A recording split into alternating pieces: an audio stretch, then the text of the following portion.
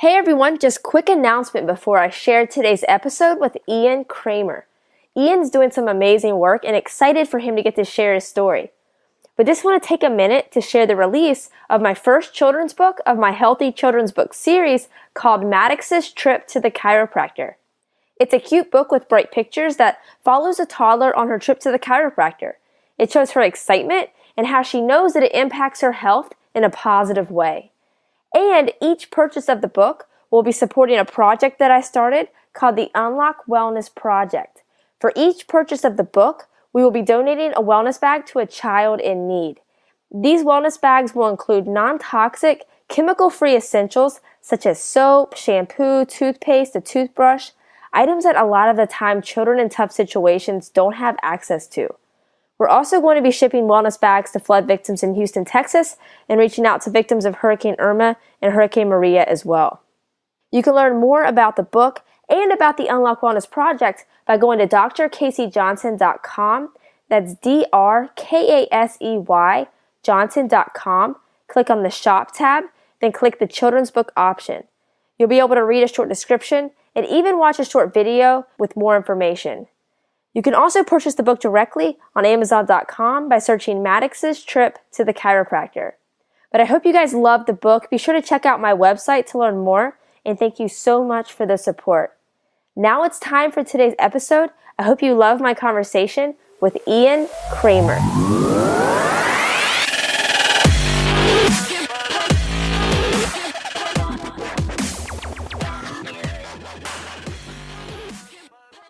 Welcome to the Unlock Wellness Podcast. I'm Dr. Casey and excited for today's guest. I'm here with Ian Cramer. Ian is the host of the Ian Cramer Podcast, where he interviews medical doctors and scholars of lifestyle medicine. He's making a huge impact and is dedicated to helping others live a healthier life.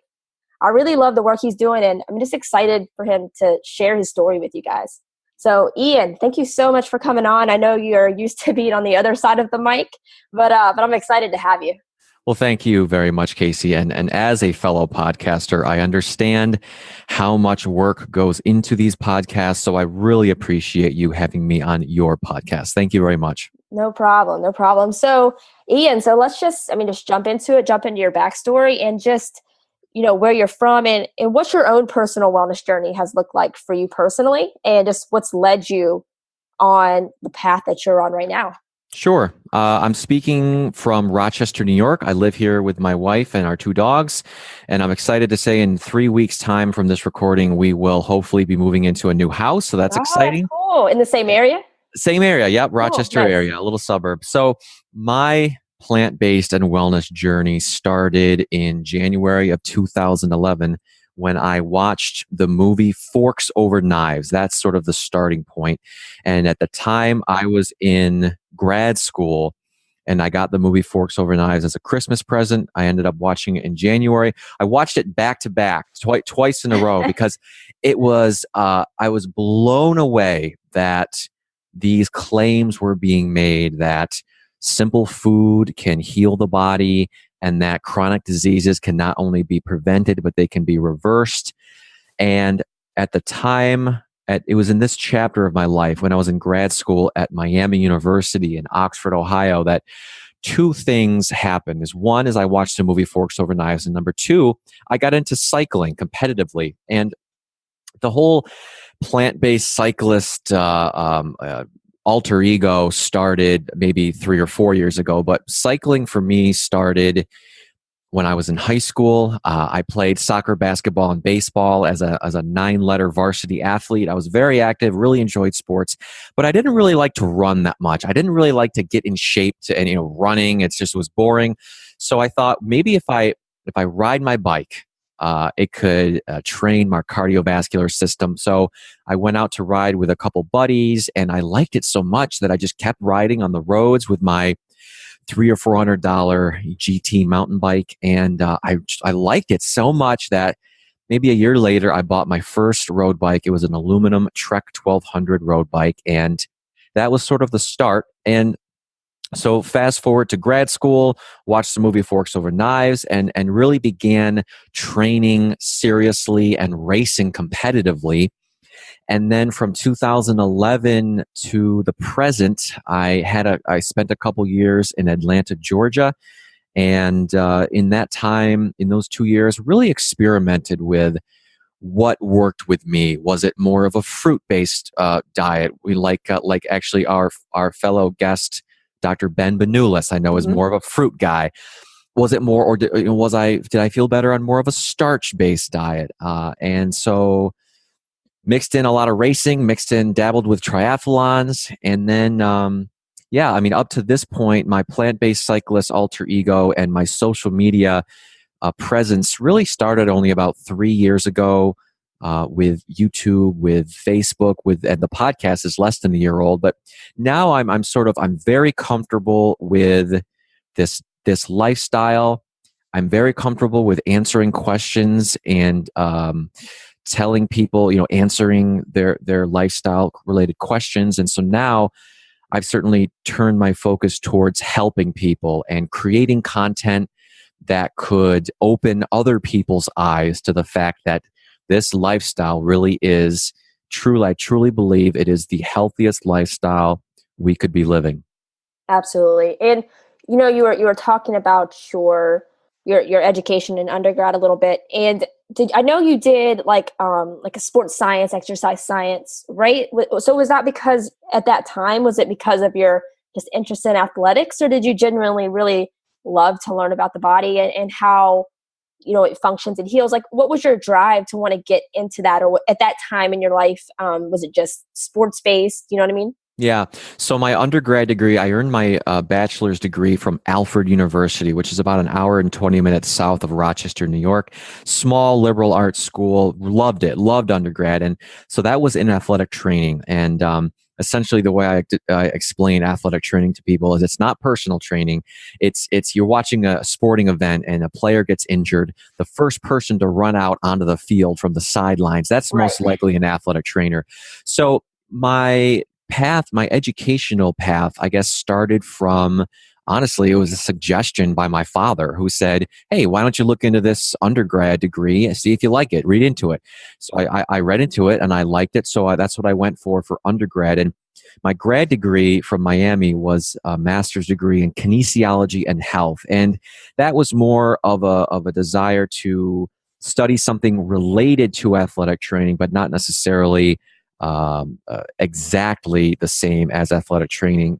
So that, I guess both of those choices weren't necessarily related to what I am focusing on now.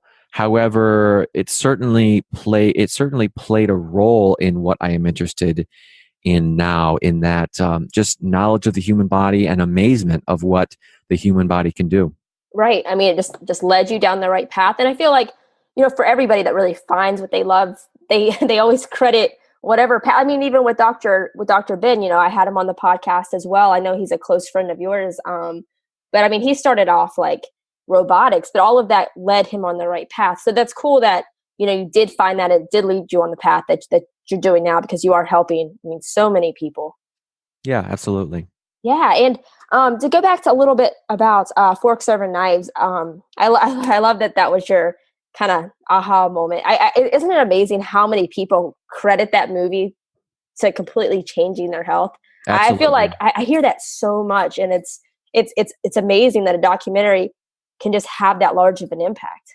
Absolutely. And I think too is the other much more recent example is What the Health. I think there's certainly a little bit more criticism and controversy surrounding What the Health. But as I always say to people, well, I would be more than willing to have discussions with people who have a problem with What the Health. I think there's certainly multiple camps when it comes to a movie like What the Health. If you are firmly entrenched in your paleo, ketogenic, or even standard American lifestyle views where I've been taught all my life I need to drink milk, or we need to drink milk to be healthy, we need to eat meat to be healthy, then you're probably never going to be convinced no matter what anyone says.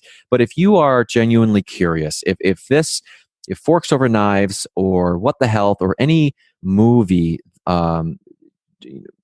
triggers something in your brain and you're curious now, then that's what I'm here for. I think that's what we're both here for, is to answer questions and give people more information. So yeah, I really love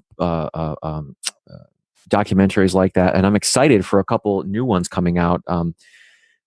I went to Plant Stock 2017, which is a Forks Over Knives event in Claverack, New York, and I caught two previews of two new documentaries come out. One in particular, it has to do with like athletics, and it highlights a bunch of really competitive. Was it From the Ground Up?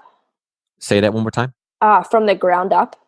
I don't think so. It's hard. I can't quite remember the title. However, it's going to be out pretty soon, and just really excited for the future of plant-based nutrition in general. I mean, it's only going to be growing. That's awesome. No, I 100% agree. And yeah, it's just, I love how you stated that. It's just, if something kind of triggers your brain to make you think like there could be a better way, like it's worth exploring. But if you're set in your ways, like, maybe try to be a little bit more open-minded and just see how it goes. But if something triggers you and you're like, this could be a good thing, like go for it. I mean, I know for myself, like I can't even remember what year, but I listened to the audiobook of Rich Roll's book. And like, for me, like, I loved that. And I had never really thought about nutrition in that way before. And that kind of like led me down a path of just continuing to read stuff and research stuff and watch the documentaries. So if something triggers that curiosity, I mean, just go for it and just see where it goes. Absolutely. Yeah. And whenever you were talking about your cycling and you switched the way you were looking at nutrition, and then you started to compete more competitively, was that because you had more energy, or was it because you decided to take your health more seriously and then you just wanted to kind of just dive in? Yeah, so I guess I didn't start racing necessarily because I changed my diet, because I was feeling so much better. Certainly the decision to start racing happened before my decision to adopt a better and healthier lifestyle. Again, it was like at Miami University, that was the first city that I lived in where there was a large group of serious competitive cyclists, and I raced on the collegiate team. And it just so happened that was a time in my life where I really wanted to explore this opportunity of racing competitively. And coincidentally, that also was when I adopted this lifestyle. Gotcha. So it just kind of, fell in place at the right time. And you got it. Were you noticing anything physically, even though that wasn't the purpose? Like, did you notice that you were just more in shape and you had more energy? And like, what did you feel physically, or did you feel the same? Yeah, the first thing that I say to people, the first thing I noticed was I got to sleep much quicker. When my head hit the pillow, I was like lights out in 10 minutes. And it's just interesting, which certainly helps for a recovery and for training purposes. But what I say to people, people are always amazed when they hear of these success stories of, I shook a chronic disease, or I lost 150 pounds. And I'm really honest and transparent with people. That didn't happen to me. I noticed I certainly was recovering quicker from my workouts. I was able to fit in more workouts in a week. So, and the way that I explain this to people, the advantage to that is, if you take 20 weeks of training leading up to, let's say, a spring racing season, mm-hmm. and I can fit in 6 workouts a week, but Joe Schmo over there, who's eating a standard American diet or doesn't really care about his health, can only fit in 3 or 4 because his recovery is suffering because of his diet. Guess who's going to be fitter by the end of those 20 weeks? I mean, the guy who can fit in more workouts. So that's where it really pays off. And certainly increased energy and stamina during races, but really that my mentality has changed over the years so that now my focus is both on athletic performance and being able to, I joke around, semi-joke with people. I want to live to be 100. And so I want to do everything I can at this stage in my life, I'm almost 30 years old, to prevent chronic diseases from happening. Mm-hmm. And in order to, I want to set records on my bike in the 100 to the 105 age category when I'm that old. So it's hey, all about. I'll join you on that. Okay. I'll be there. So yeah, it's right now. I love talking to people about how it'll make you a better athlete, but I think even a bigger purpose is educating people, the lay person, on how this lifestyle can prevent and reverse chronic diseases. Yeah, I mean, I love that. And it's just, I mean, because it just comes down to, Ian, that, you don't know what you don't know. So it's, the education that you're putting out there through, your podcast and through, your Facebook. And I'm going to put all the links at the end. But, Ian's doing great, just, putting out, like, ask him live questions on Facebook. I tuned in this morning and just did an amazing job of just people really engaged and asking really great questions. I mean, the questions they were asking were very, very, thought-provoking, good questions. And they're questions that a lot of people have. So finding like really great resources like that, it's just finding that community that, you're going to get science-based, really great answers to great questions. And I mean, you're doing an incredible job. Excuse me, incredible job. Thank you. Yeah. And whenever you were making that plant-based nutrition for yourself, was it something that you just jumped in right away, or was it more of a transition? Like, what were your biggest struggles? What was the easiest thing? Like, what did it look like as a whole for you? Sure. Well, I tell people that sure, there's two ways you can get into this. One is you dive in and you get rid of all the food in your pantry and all the food in your house that is counter to this movement, all the foods that they say are going to do harm to your body, and fill your refrigerator with foods that are going to heal and help your body. But then there's the second way where you can certainly transition a little bit slower into this lifestyle and learn recipes as you go and slowly phase out these foods. And that was me. That was certainly, I was the latter of the two, where it took me a little while to phase out the foods that I was eating before. And let me sort of say, I ate. This is something I tell people in my presentations when I present, and I donate my time to local libraries here in Rochester, New York, to just simply educate people on plant-based nutrition. We get anywhere from like 10 to 50 people sometimes who want to learn to be healthier.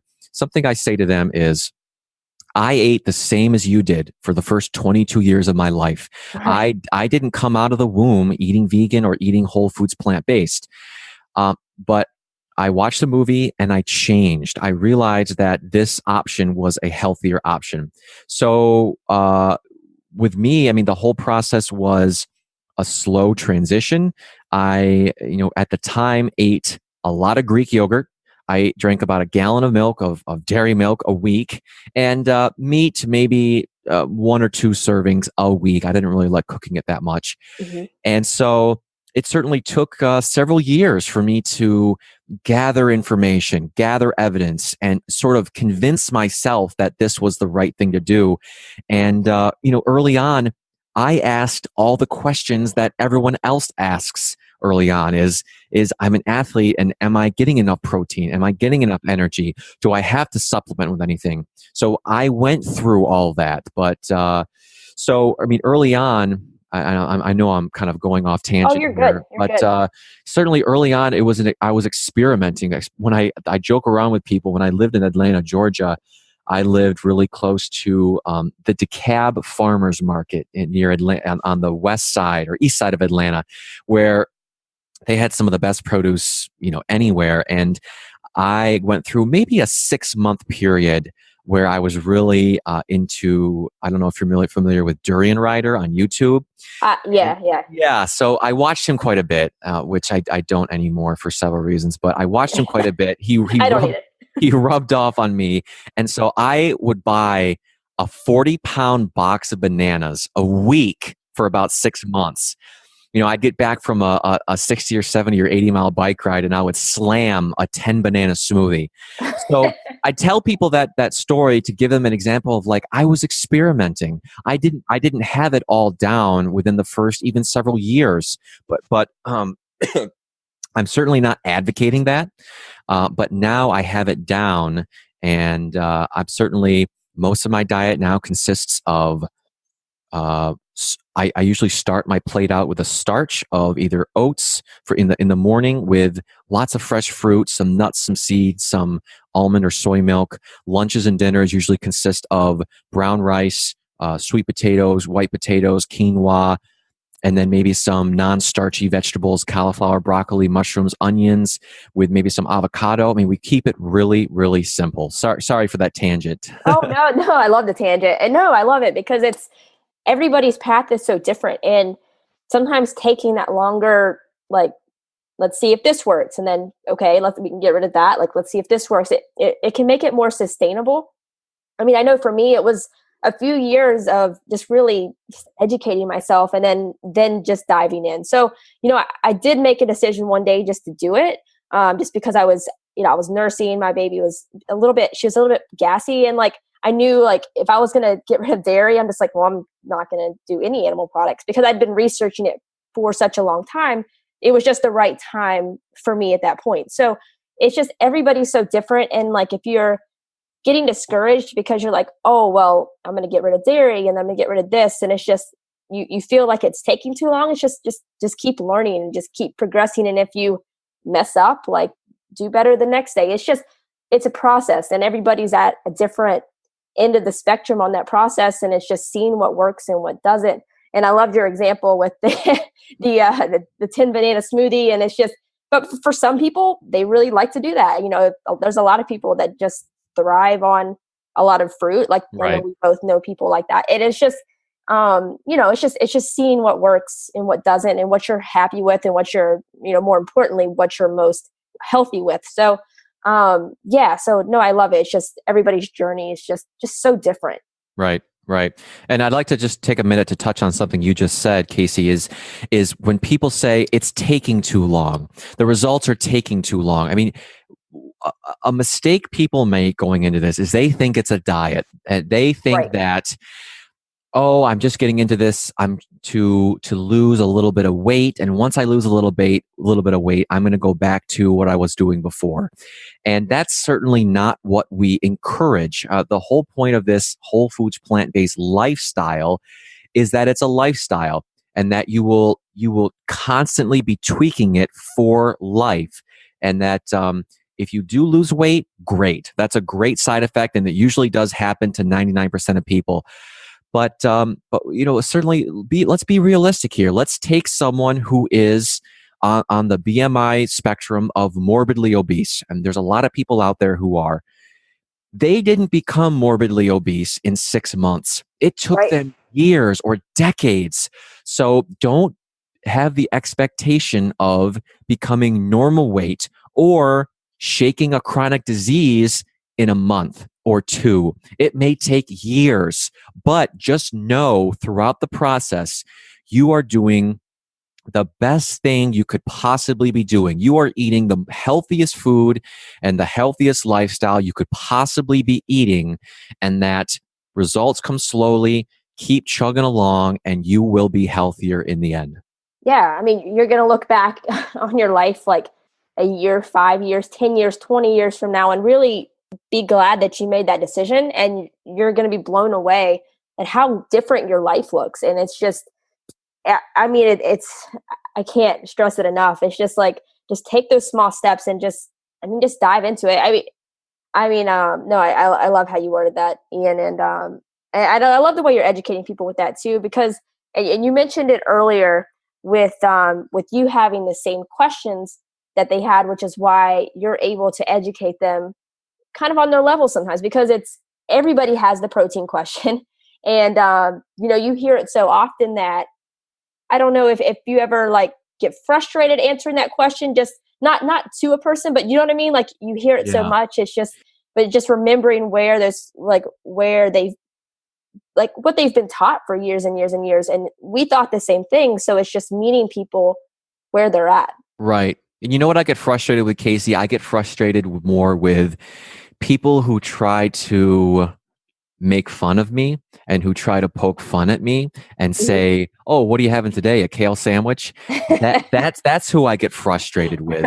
But if someone, I don't care if I've answered it a million times, if someone comes to me and genuinely wants to know, where do I get my protein? I will answer that question a bazillion times, right, with no frustration, with no anger or anything, because that person really wants to know. They really want to get healthier. Right. And that's, I'm okay with that. It's a good question because we haven't been taught that. Exactly. You're right. I mean, I had the same question, and I kind of like kale sandwiches, so I'm cool with that too. All right, Ian. So, you started making these positive changes, and you're cycling, you're making a lot of positive changes within your health. And so what led you to want to, just break out and make your podcast, and like just the process with that? Sure. I mean, I guess what I'll do is I'll lump the podcast in with all social media in general. Yeah. I guess, maybe about 3 years ago, I was inspired, and I'll give a shout out to Jay Oliveria, who is known as the plant-based athlete. He has a Facebook page called Thriving Plant-Based. He, I really appreciated him taking time out of his life to take me under his wing and answer my questions as I was learning about this stuff. And he inspired me to start a Facebook page. And so, I was at the point where I was comfortable with this lifestyle, and I knew enough to start educating others and spreading information. The other reason I give to people semi-jokingly is my friends on my personal Facebook page were tired of me posting like 3 times a day on meats, don't eat meat and don't eat dairy, and here's why you should, change your lifestyle. So I wanted to make a professional page to spare them all these posts. Right. But the podcast is specifically, the birth of the podcast was January of 2017. And the story behind that was I started 2 series on YouTube. One was called Health Rebels, where I wanted to interview people, just the average layperson, who had adopted a whole foods plant-based lifestyle and had seen remarkable results. And I wanted to highlight their stories in a video series. The second series was called Prescribe Plants. And that's a series that I wanted to interview these doctors and scholars who prescribe this to their patients. For a couple months, I was making these, and it was a lot of work. And I got some feedback from people on my Plant-Based Cyclist Facebook page who said, "Ian, I really like these interviews. I just don't have 45 minutes to sit in front of YouTube and watch them. Would you consider making these into a podcast?" And at first, I was very reluctant, very resistant. I slept on it, and I gave it a week. And then after a week, I thought, this is the best thing ever, because number one, it was less work for me. I mean, syncing audio and video. I was shooting video both on my computer and in a point and shoot, syncing that with the audio in Final Cut Pro, and taking up a lot of hard drive space. It was a lot of work. Right. And number two, I was able to put this information out there in a form that was more easily digestible and more easily consumable by the end user. And honestly, people don't need to see video to get the information. I mean, your podcasts are a great example of that. They just need to hear it. So I said, this is the best thing ever. So I had no idea how to do podcasts. I had to learn it all myself. And so January, I had a couple of podcasts episodes in the queue. And ever since then, it's been every other Saturday. I enjoy them because I really like learning from these people who know a lot more than I do. But I think they're incredibly beneficial to the general public. And I've gotten a lot of great feedback, and it's going very well. That's awesome. No, I mean, podcasts are cool. It's like, it gives you the ability to multitask. Like, somebody can catch up on all of your episodes during a workout. Like, it's just, I mean, you can really learn a lot during drive time. Like it's crazy. You got it. Yeah. And you like you were saying, you've had some really amazing guests, some doctors that are incredible. I'm excited to hear the Esselstyn one. That's awesome. Yeah. You just had him. So what have been some of your biggest takeaways, like just listening to some of these guests? Because I mean, you're still, you're still learning every day. I'm still learning every day. So is there something that you've heard on a podcast where maybe I'm sure there's so many with one of your guests that have really just kind of blown your mind? Like, you know what I mean? Yeah, I do. So I guess the one example that comes to mind is, I think it's episode 12 with Lori Marbus. She's a physician out of Florida, and she used to live in Colorado. When she said she originally got into this lifestyle and started prescribing this to her patients because she said a patient's daughter got off of 2 ADHD medications by changing her diet, by getting rid of all the crap and by eating a whole foods plant-based diet. And the mom said, "Why did this happen?" And Lori Marbus said, "I don't know, but I'm curious. I don't know." That's super powerful to me. And I think, I don't know the numbers. I can't regurgitate the numbers, but it's amazing to see. I work in healthcare, so I have access to these students and these patients' medical records. And it's amazing to see the number of adolescents under 18 who are on ADHD medications. And I think a big part of that is diet and lifestyle. Do I exactly know the exact mechanism? No. But what I can say is that the foods that they're eating is not helping.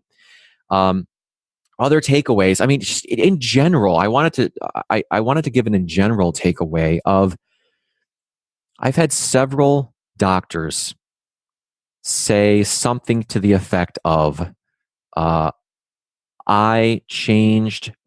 Well, I guess what I'm trying to say is doctors are human too. Doctors make mistakes. And many of these doctors for years, if not decades, have been giving their patients the wrong information, but they, certainly no ill intent. They were just giving their patients the information that they were taught in medical school. So doctors can be wrong too. And I guess if some of your listeners resonate with, if they're a patient and if they have a doctor who is not on board with lifestyle medicine, who are not on board with getting them off of their medications, the goal of getting them off their medications for these chronic diseases, I would say find a new doctor. Or you could, if you have some patients, you can be supportive, offer your doctor some resources, some podcasts, some books, some articles off of Forks Over Knives, what have you, and say, this is really possible. It's really possible to reverse type 2 diabetes or heart disease with diet and nutrition. And that's the way we change the world. It's through a grassroots effort. But that's one of my biggest takeaways, is just understanding that doctors are human and doctors make mistakes just like everyone else does. But be patient and we can change the world together. Awesome. No, I love that. And Ian, is there anything happening in the future that you want to share with people? Maybe any talks coming up, or just anything that you want to throw out there that's about to happen in the near future? Well, I do have quite a few speaking dates now. They're probably out of reach for many of your listeners.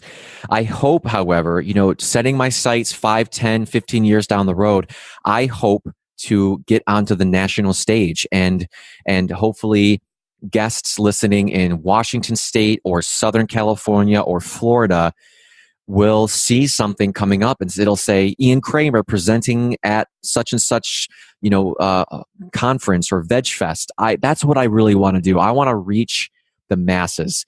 So until that point, I'm presenting locally here in Rochester at some libraries. The future of the podcast, just chugging along, trying to have on more guests. The 2018, I'm hoping to make a big year. I'm hoping to bring on like really big names. Like I'm talking like former Surgeon Generals of the United States. I'm talking like Sanjay Gupta, Dr. Oz, like big doctors who have a huge audience and say, hey, can we talk about this? Can we medical professionals get on the same page and learn about this together. But, and then other than that, chugging along with, I wish I could do this part-time, but it doesn't quite pay the bills yet, but just simply chugging along with my full-time job in the hopes that maybe this could turn into a part-time gig and I could simply devote more time. But that's about what I have coming up. That's awesome. I love it. And Ian, what is the best way for people to follow you on social media? That way they can keep up with the podcast, and whenever you're doing the live Q&As, like what's all of the social media that they can find you at? Sure. So the social media platform that I am most active on is my Facebook page at Plant-Based Cyclist. And if you are really into Twitter, I'm also on Twitter. I also post stuff that's at Ian Cramer, and I'm on Instagram at Plant-Based Cyclist 1.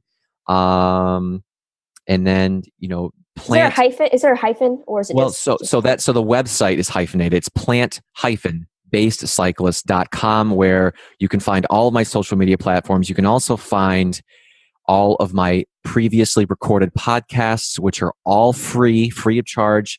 So you can catch up on those there. Cool. And then Ian, just closing question that I ask every guest, but if you just had one piece of advice for the audience, maybe it's something that was your biggest takeaway through your whole wellness journey, or just whatever advice you have. But if you just had one piece of advice to give the audience, what would it be? I guess it would be, if you are embarking on this whole foods plant-based lifestyle, just know and understand that you will make mistakes, but you have to know that this is the best possible choice. The scientifically evidence-based, this is the best thing for your health. The longest lived populations in the world eat a predominantly 70 to 80% of their calories from whole plant foods. This is the best thing you can be doing. Find a resource, read some books, find out as much as you can, make mistakes, and learn every day and get healthier every day. Awesome. I love it. Ian, thank you so much for taking time to come on. I really loved having you. And like I said, I'll put everything in the show notes. And if you're listening, guys, please go check out his podcast because they're amazing. But Ian, just thank you so much for coming on. I loved having you. Thank you very much, Casey. I appreciate it. And it's fun doing these when the roles are reversed. Yeah, absolutely. Thanks, Ian. Yep. Bye-bye. Thank you guys so much for tuning in to today's episode. I hope you loved my conversation with Ian. He's doing such positive work, and I'm excited for you guys to follow him on social media, to stay up to date on his podcast, and just keep up with everything that he's doing. So you can find all of those links, the social media links, podcast links that we talked about in the episode in the show notes, but you can also find them on my website as well at drkaseyjohnson.com. That's DRKASEY Johnson.com. Click on the Listen tab. Then from there, you'll be able to see all of the past guests that have come on the Unlock Wellness podcast, read a little bit about each guest, and be able to click on their social media links, website, all of that. So all of Ian's information can be found on my site as well. If you guys loved today's episode with Ian, be sure to jump onto iTunes, subscribe, and write a review. It really helps me out a lot, and I really appreciate all of the feedback and support. And like I spoke about in the intro, also be sure to check out my first children's book of my Healthy Children's Book series called Maddox's Trip to the Chiropractor. Each purchase of the book supports the Unlock Wellness Project, which supplies a wellness bag to a child in need for each book purchased. You can learn more about the book and the Unlock Wellness Project on my website as well at drkaseyjohnson.com. Click on the Shop tab and choose the children's book option. You'll be able to read a short description and even watch a short video to learn more. If you do purchase the book, be sure to share it on social media using the hashtag UWProject. I'll repost it and give you a shout out on the podcast. But I hope you guys love the book. Thank you so much for the support, and I hope you loved today's episode. Thank you so much for tuning in.